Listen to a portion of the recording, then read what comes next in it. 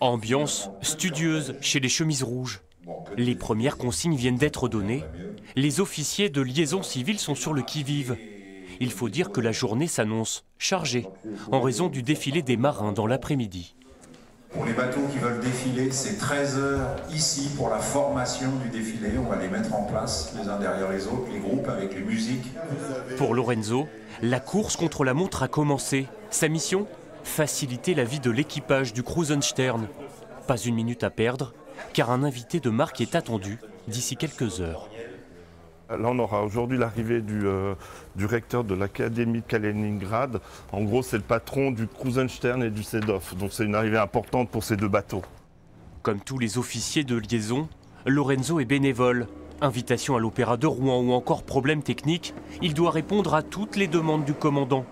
Et depuis quelques jours, il doit aussi gérer le ravitaillement en eau du deuxième plus grand navire de l'Armada.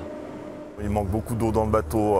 Ils ont besoin d'environ 500 tonnes pour pouvoir repartir le 16. Chaque soir, ils viennent avec un camion remplir environ 50 à 60 tonnes d'eau.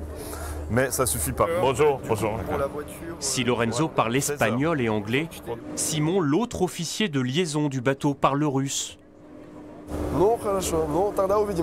Né à Moscou et arrivé en France à l'âge de 5 ans, il est devenu l'interlocuteur privilégié des marins. Il y a des marins qui venaient me voir, qui me disaient « Excusez-moi Simon, est-ce que vous savez où est-ce que je peux trouver la Wi-Fi ici ?» Car ils sont en mer depuis le 25 mai. Ils se sont arrêtés une fois en Allemagne et c'est vraiment pour écrire à leur famille, à leurs amis. À l'Armada, ils sont près de 50 officiers de liaison à veiller sur les navires civils, tout en diplomatie.